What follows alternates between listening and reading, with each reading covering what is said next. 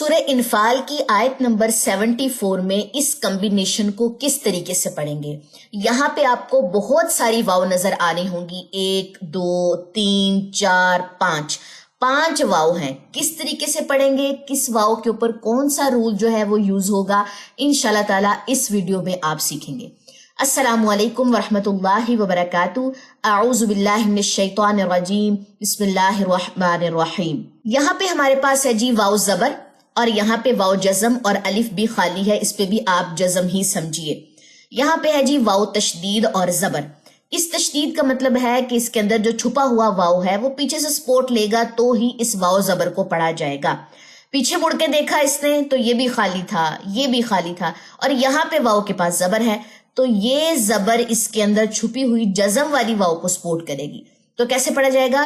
واو زبر واو، واو اور واو زبر وا، واو وا، یہ چھپی ہوئی جزم والی واو بھی اندر ہی موجود ہے۔ ایک دفعہ دوبارہ سنیے، آ واو وا، آ واو وا۔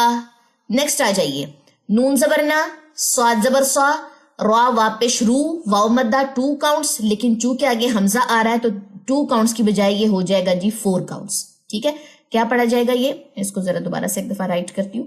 یہ یہاں پہ 4 کاؤنٹس ہم اس کو لمبا کریں گے، نصارو،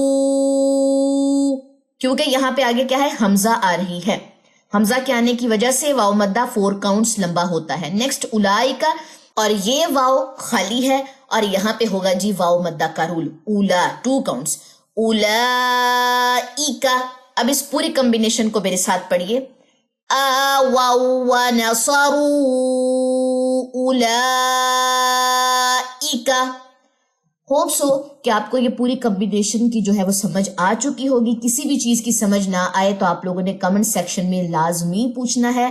اگر ویڈیو پسند آئی تو اس کو لائک بھی کریں۔ انشاءاللہ تعالی نیکسٹ ویڈیو میں ہماری ملاقات ہوگی۔ سبحانک اللہم و بحمدک، اشہد ان لا الہ الا انت، استغفرک و اتوب الیک۔ السلام علیکم ورحمۃ اللہ وبرکاتہ۔